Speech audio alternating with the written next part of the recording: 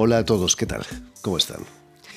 Es innegable que los derechos de las mujeres han evolucionado en los últimos años. El movimiento Me Too ha llevado a denunciar abusos sexuales en profesiones las que eran moneda corriente, por no mencionar al periodismo o al cine. Pero todo eso es fruto del combate de mujeres que lucharon por unos derechos inexistentes hace 200 años. Precisamente nuestro invitado de hoy, el cineasta peruano Augusto Tamayo, ha dedicado su película La herencia de Flora a la pionera del feminismo, la franco-peruana Flora Tristán. Bastarda, a tu padre le dio asco casarse con tu mamá. ¡Cállate! Muerta de hambre. Voy a casa de mi abuela paterna, a conocer a mi familia. Ellos viven en Arequipa. Salud por eso. Mi madre ya estaba muy anciana cuando falleció. Dejó escrito que mi sobrina Flora, la hija ilegítima de mi hermano, recibiera 600.000 francos. Pero como usted sabe, eso es imposible. Estoy pidiendo lo que es mío. Nada es tuyo. Soy hija legítima de Mariano Tristán, caballero peruano.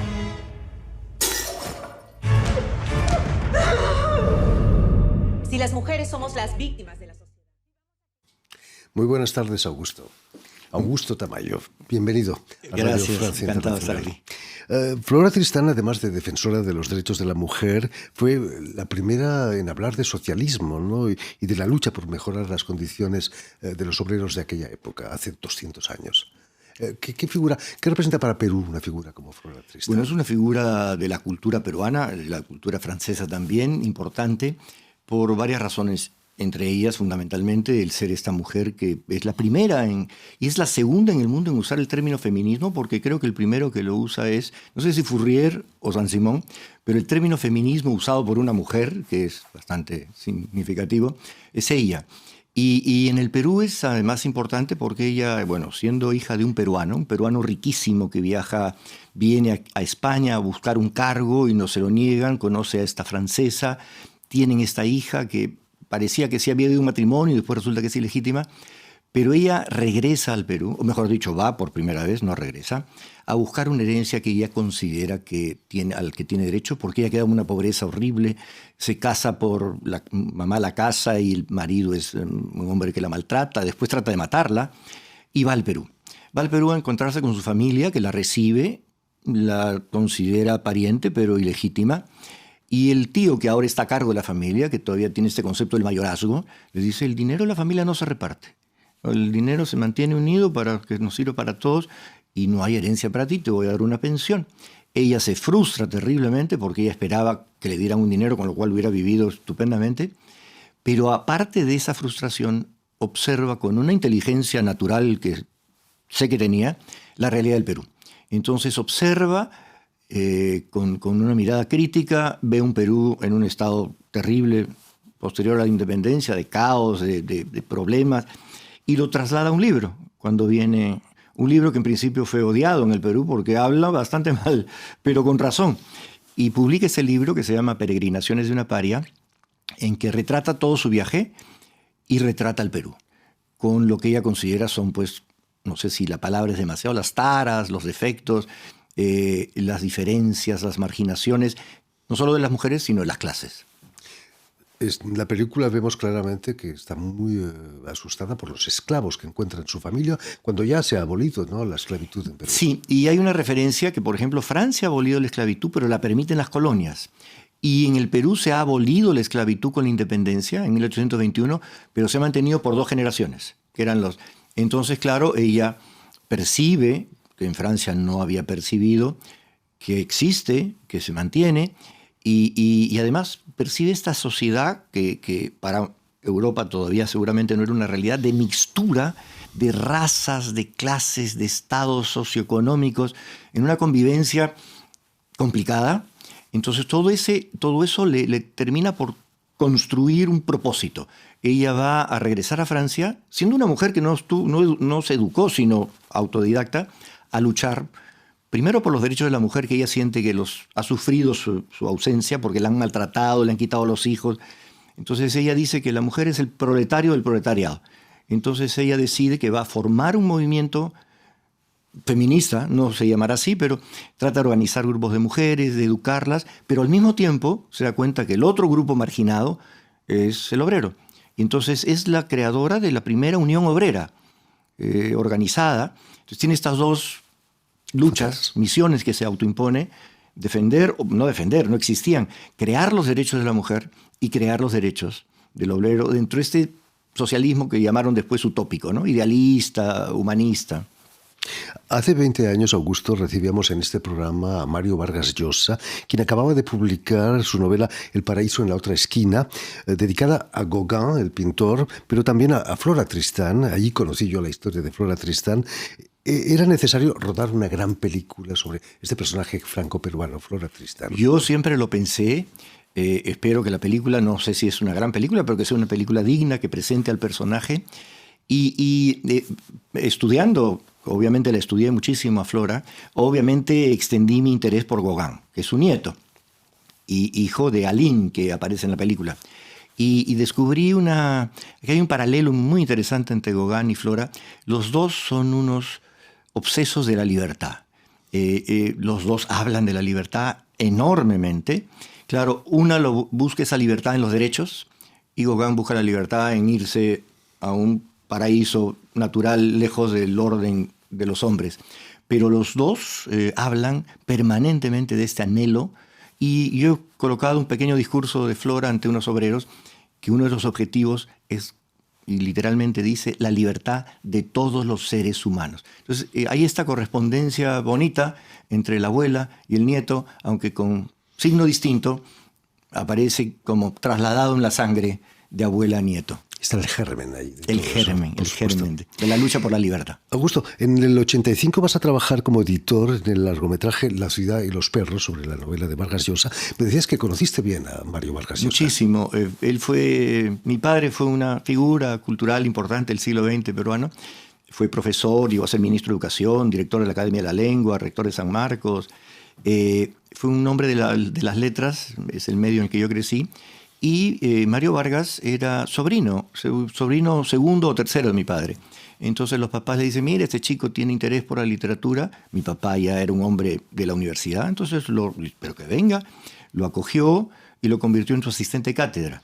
Y yo, recién nacido, no lo vi porque estaba en la cuna, pero él iba a la casa a tipear un libro de mi padre. Y después, claro, ha ido infinidad de veces a comer con otros escritores.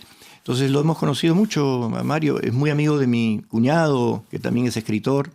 Y una vez que presenté acá, me estoy acordando, presenté una película que se llamó Una sombra al frente, basado en una novela de mi padre sobre mi abuelo.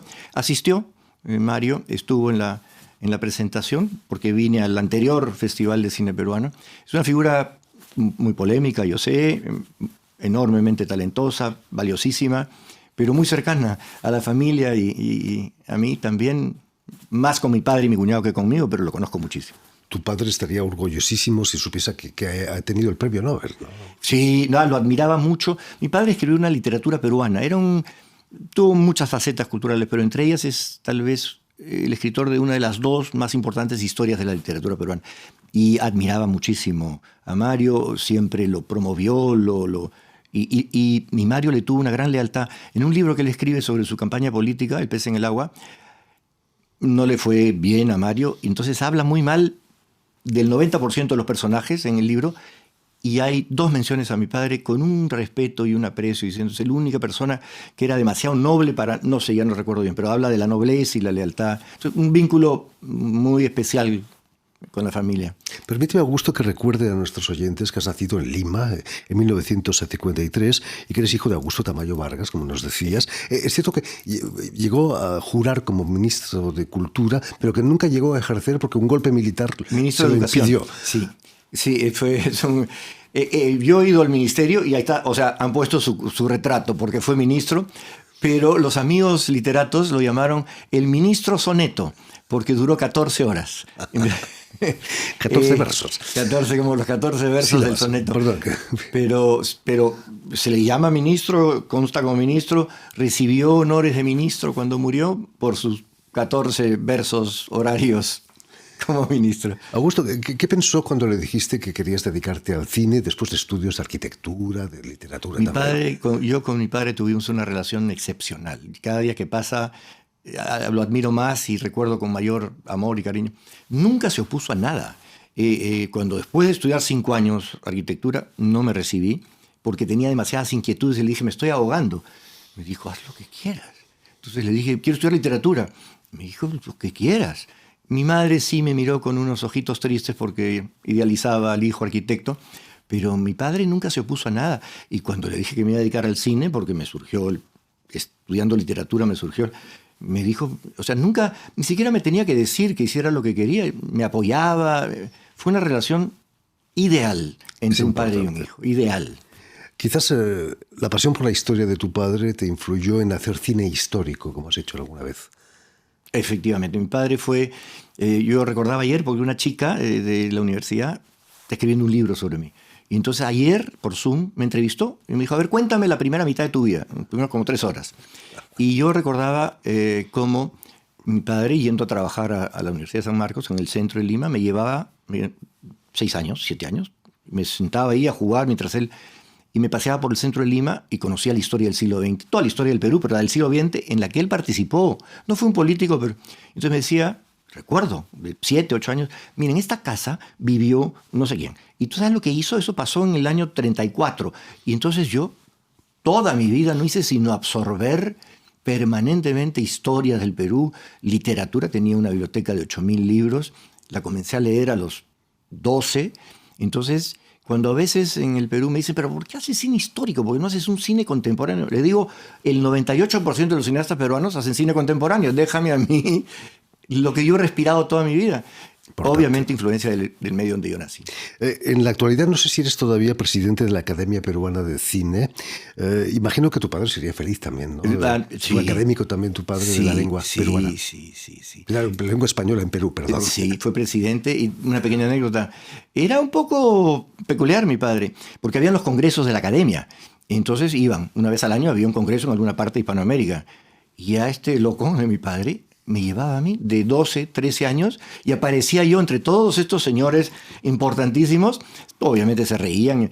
Y yo me sentaba en las comidas al lado de Borges y de Manuel Mujica Lainez y de los españoles y de los mexicanos y los escuchaba. Yo todavía no tenía muy clara conciencia de la importancia, un poco, 12 años, pero este hombre extraño de mi padre, y yo me iba a las sesiones de los congresos de la Academia y escuchaba las ponencias y me entretenía y salía después a los paseos rodeado de estas eminencias. Todo eso me ha formado. Yo no puedo hacer otro cine que el que hago. No me nace. Comprensible. No puedo. Absolutamente comprensible. Un director y productor de cine debe, antes de rodar, vender su película. ¿Te ayudó el episodio Mercadotecnia que rodaste hace muchos años para la película Cuentos Inmorales? Bueno, ese fue mi primer largo. Fue un episodio de un largo de 3, con una audacia que solo la ignorancia permite en un joven. No teníamos idea de cómo se hacía cine, con otros 3 amigos. No habían escuelas de cine. Y hicimos este largo hecho de episodios que fue muy exitoso. Exitoso de público y de comentario. Y yo tenía 23 años y gané un premio en el Festival de Cartagena y una mención honrosa en el Festival de Moscú. O sea, para mí, yo dije, si viene la cosa, no viene mal. Y claro, ese episodio realmente me consolidó y me estableció como un realizador. Hice varias cosas y después me fui a estudiar a Londres en una escuela, extraordinaria escuela de cine, el National Film School. Y ya, bueno, ahí sí ya estaba armado como cineasta, no podía hacer ya otra cosa. Y he llegado a los 50 años de realizador. Este año cumplo 50 años de realizador. Y bueno, tengo una película, sigo haciendo y tengo el honor de estar aquí en París en el Festival del Cine Peruano. Volvamos a la herencia de Flora. Es una película con un gran presupuesto, imagino, rodada en Perú sobre todo, pero por mucha mercadotecnia que uno tenga, no debe ser fácil vender una película a inversores, hablando de Flora Tristán, la fundadora del movimiento obrero, ¿no? Bueno, yo lo hice gracias a un premio del Estado. No hubiera tenido inversores. El cine en el Perú tiene inversores porque a veces tiene mucho éxito. Hay comedias, las comedias a veces tienen 3 millones de espectadores, que en el Perú es una fortuna de dinero. No, las mías nunca han tenido. El cine histórico no es un cine muy comercial o popular, menos una historia sobre Flora. Yo lo hice con un apoyo del Estado Y yo no sé qué piensa la gente del presupuesto que yo he tenido, pero yo una vez llevé una película histórica a la Argentina para hacer el sonido y me dijeron, pero esto te ha costado $5 millones. Le dije, divídelo entre 10, a eso sácale la mitad, la cuarta parte y después el otro 10% y eso es lo que he tenido. Aprendimos con mi socia, que es mi compañera además y con la que hacemos todo, que se llama Natalie Hendricks. Hemos aprendido a hacer, no sé cómo, bien, no digo magnífico, pero bien, un cine histórico decente, digno, con una recreación válida, con bastante poco dinero. Si yo diría aquí lo que yo he tenido, no me creerían. Pero bueno, no sé si existe en el español de España la palabra maña, tener maña para algo, ¿sí? Habilidad. Bueno, hemos agarrado una maña para hacer cine histórico con poco plata. Augusto, la protagonista de la película es Paloma Yerovi, que interpreta a Flora. ¿Fue difícil encontrar una Flora Tristán? Mira, ella casi apareció con el guión. Desde el principio que yo tuve... Yo tengo un proyecto de hacer 5 películas sobre 5 mujeres, llamaríamos ahora empoderadas de la historia del Perú. Ya hice una sobre Santa Rosa de Lima, he hecho esta y tengo 3 personajes femeninos de mujeres que han alcanzado una situación que no les correspondía en el mundo por el contexto y por las circunstancias, y todas superaron enormemente un contexto adverso para llegar a algo. Son 5 destinos distintos, pero bueno, ese es un proyecto. Me faltan 3. Y para cada proyecto ya como que tengo a la protagonista. Entonces Paloma, porque tiene una similitud física, es una gran actriz, tenía todo para hacerlo. Ella es una hija de un autor dramático peruano muy importante que se llama Nicolás Yerovi. O sea, es poeta, acaba de publicar un libro de poesía, es también dramaturga, es una actriz cultísima y para ese tipo de personajes se necesitan gente que entienda lo que es otro contexto, otra época. Ella ha acuñado un término, porque ella ha hecho mucha campaña por la película, se comprometió con la película totalmente, ha sido una colaboradora, y ella en todas sus intervenciones ha creado el término de Flora Lovers, ha creado como admiradoras de Flora. En el Perú hay un movimiento de defensa de la mujer que se llama Flora Tristán. En el Perú conocen más el movimiento que al personaje, pero existe el movimiento femenino Flora Tristán. Algunas de cuyas miembros fueron a ver la película y dijeron, mira, conocíamos el nombre, pero no sabíamos cómo había vivido. La película tiene esa función, contar quién fue y qué hizo.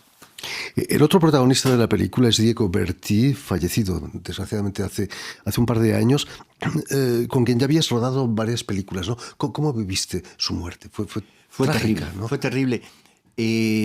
Yo no puedo afirmar exactamente la causa de su muerte, que fue una caída en un edificio, pero durante el rodaje Diego siempre fue un hombre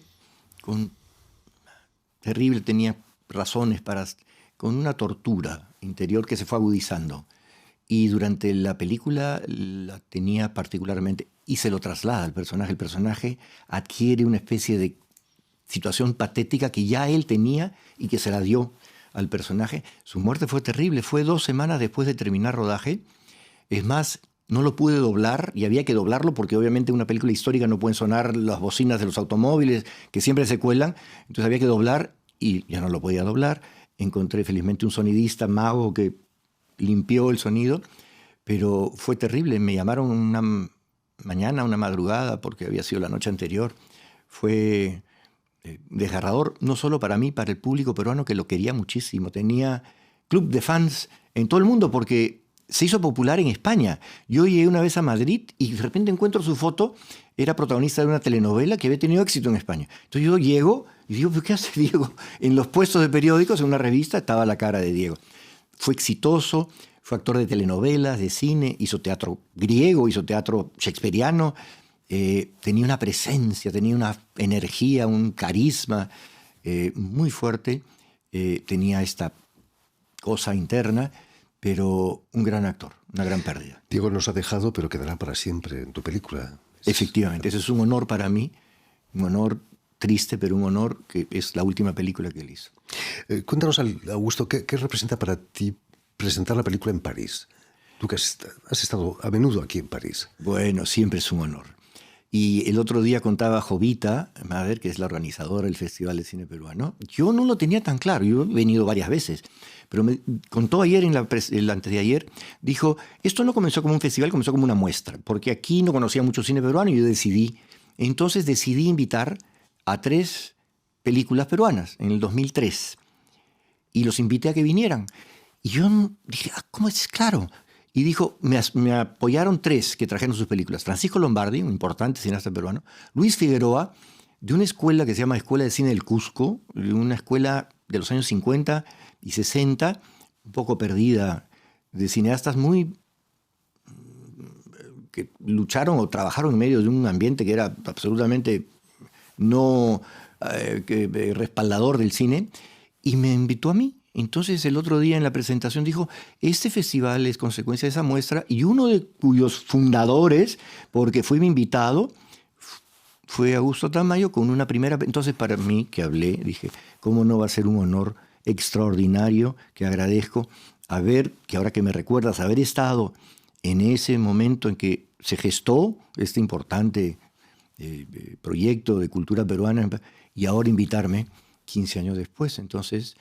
es un honor, es una gratificación. Bueno, venir a París, siempre lo es.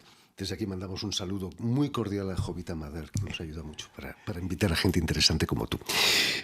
Muchísimas gracias, Augusto, por haber estado aquí con nosotros. Gracias por la invitación. ¿Me permites invitar a todos, por supuesto, a todo el público? Esta noche se presenta la película.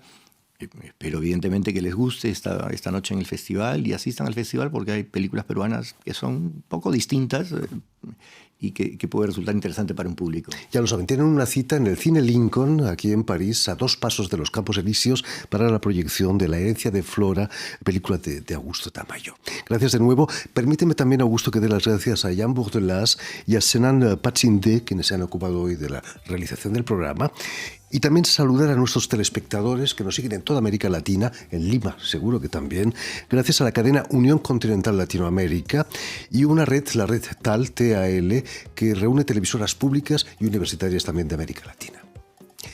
Y a ustedes, muchísimas gracias por su atención y les damos cita para una nueva edición de El Invitado de Radio Francia Internacional.